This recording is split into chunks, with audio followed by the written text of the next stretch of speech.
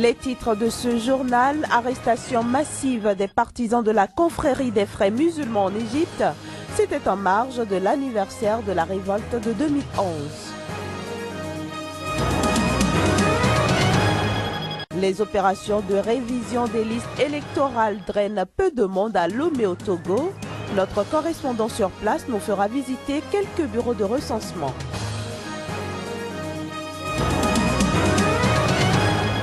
Enfin, les échos de la CAN 2015, la Guinée équatoriale et la RDC sont qualifiés pour les quarts de finale à la surprise générale.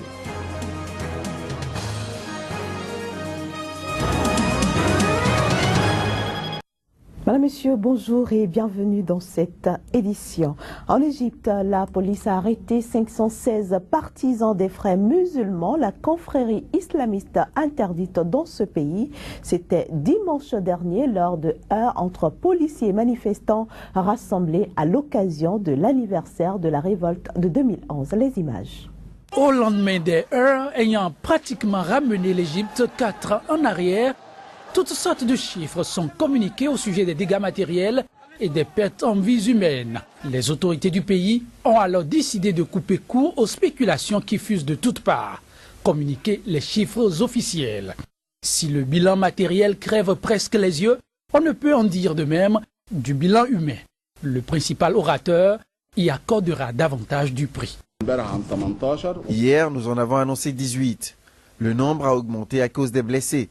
Il y en a maintenant 23, 97 blessés, 56 sont sortis de l'hôpital et 41 toujours sous traitement. En croit Mohamed Ibrahim, le ministre de l'Intérieur, les principaux instigateurs de ces actions se retrouvent désormais, pour la plupart, aux mains de la police pour répondre de leurs actes.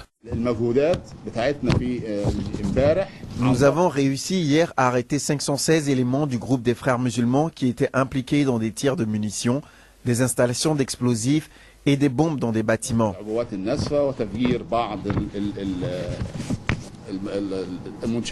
Cette vague d'arrestations est la plus importante depuis l'accession au pouvoir de Abdel Fattah al-Sisi en mai. Le président Sisi est régulièrement accusé d'avoir instauré un régime encore plus répressif que celui de Moubarak. Mais l'homme n'est pas inquiété outre mesure. Il jouit jusqu'alors d'une forte popularité auprès d'une grande partie de l'opinion publique. Au Togo, les opérations de révision des listes électorales pour la présidentielle de mars 2015 ont démarré depuis le 20 janvier dernier. Ces opérations drainent pour le moment peu de monde à Lomé, la capitale. On note par ailleurs l'absence des observateurs et des représentants des partis politiques dans les bureaux de recensement. Lancé le 20 janvier dernier par le président de la Commission électorale nationale indépendante, les opérations de révision des listes électorales au Togo n'ont pas connu d'affluence au cours des premières journées à Lomé. C'est ma première fois de venir m'inscrire sur la liste électorale. C'est la première fois d'ailleurs que je fais ma carte d'électeur. Il n'y a pas beaucoup de personnes. Lorsque je me suis inscrit, lorsqu'on a tout fait, j'ai pris ma carte et je suis parti. Et je crois que le devoir, même comme en tant que citoyen togolais, de participer à cette élection de 2015. Inscrire de nouveaux électeurs, délivrer les duplicata des cartes d'électeurs, procéder au transfert des personnes et à la radiation de celles décédées, ce sont là les tâches qui incombent aux 30 000 agents électoraux de divers ordres mobilisés par la CENI. Ici, au lycée de Tokoin, les opérations se déroulent normalement dans les 3 bureaux de vote parcourus vendredi. Il y a un bon nombre qui étaient déjà enrôlés. Donc cette fois-ci, ce sont les questions de perte qui nous font enrôler maintenant. Sans quoi il n'y a pas de problème. On a pu enregistrer 5 personnes pour le premier jour. Le deuxième jour, nous avons fait jusqu'à 19. Aujourd'hui, les gens continuent par arriver, surtout les nouveaux inscrits arrivent et certains arrivent, c'est les transferts. Ils étaient enregistrés ailleurs, à l'intérieur du pays, ils sont maintenant à Lomé. Prévu pour durer 6 jours dans la première zone qui regroupe le Grand Lomé et les préfectures environnantes, les opérations de mise à jour du fichier électoral au Togo dans le cadre de l'élection présidentielle de 2015 prendront fin le 26 février prochain. Direction le tribunal pénal international, première comparution pour Dominic Owens, l'ancien chef de la rébellion ougandaise, était hier lundi face au juge. Il est soupçonné de crimes de guerre et de crimes contre l'humanité. Dominic Owens devant la Cour pénale internationale. Vêtu de costume, ce dirigeant de l'armée de résistance du Seigneur prête une oreille attentive à l'audience. À la demande de la juge, il déclare être un citoyen de l'Ouganda né en 1975. Dominic Owens affirme avoir été enlevé en 1988 et a été jusqu'à son arrivée à la Cour un combattant de la LRA. Un groupe rebelle créé aux alentours de 1987 et opérant alors dans le nord de l'Ouganda, où il a multiplié les enlèvements d'enfants, mutilations et massacres de civils. Dominic Owens en est le premier membre à comparaître devant la CPI. Recherché depuis près de 10 ans pour crimes contre l'humanité et crimes de guerre, il s'est constitué prisonnier début janvier auprès des forces spéciales américaines en Centrafrique.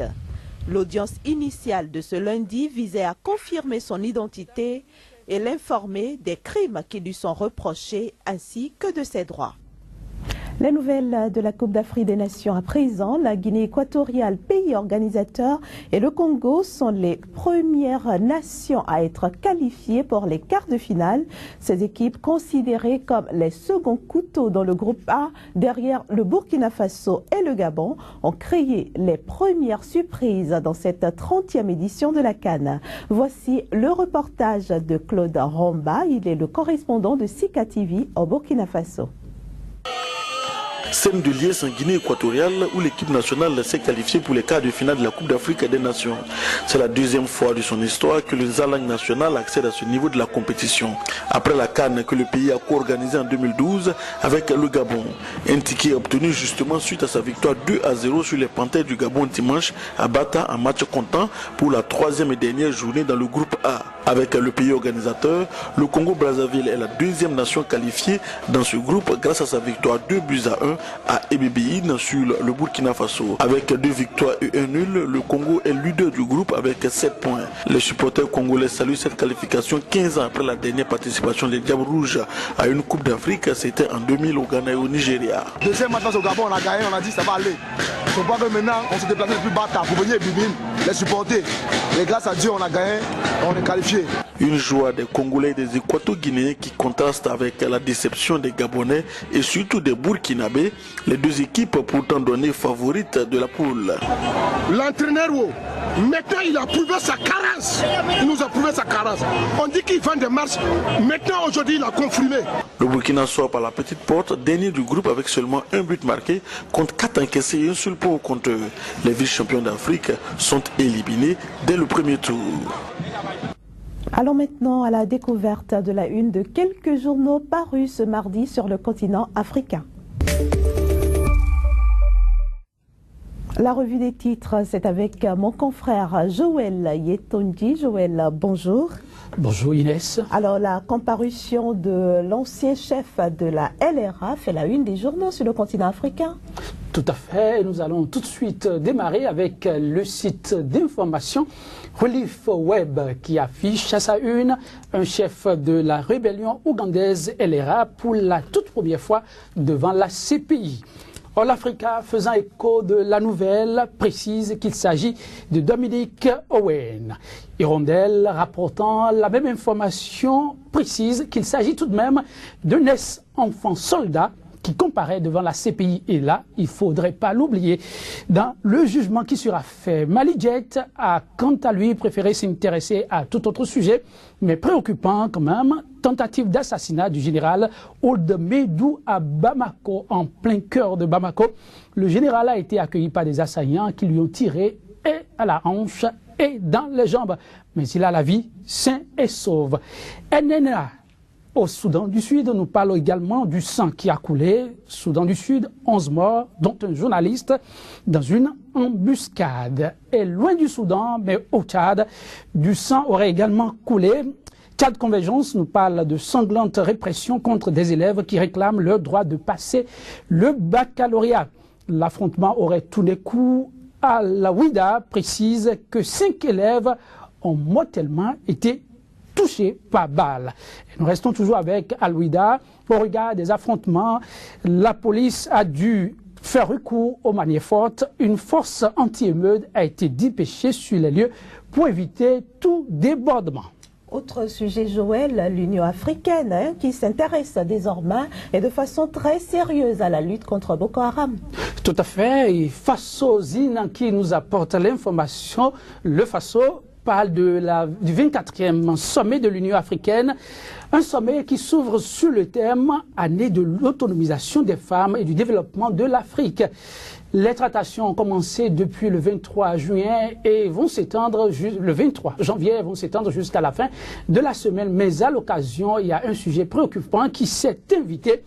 Et Sénéweb nous précise que l'Union africaine s'empare définitivement du dossier Boko Haram. Le pays qui s'est intéressé à la session est surpris et se demande si, une fois pour toutes, l'Union africaine est en train, enfin, de s'emparer du dossier. Joël Tanguy, les frontières sénégalaises fermées à la Guinée pour cause d'Ebola sont à nouveau ouvertes. Et oui, on en parle aujourd'hui. Tout à fait. La bonne nouvelle a été relayée par plusieurs canaux et sites d'information. Vision Sénégal précise que le Sénégal rouvre sa frontière terrestre à la Guinée.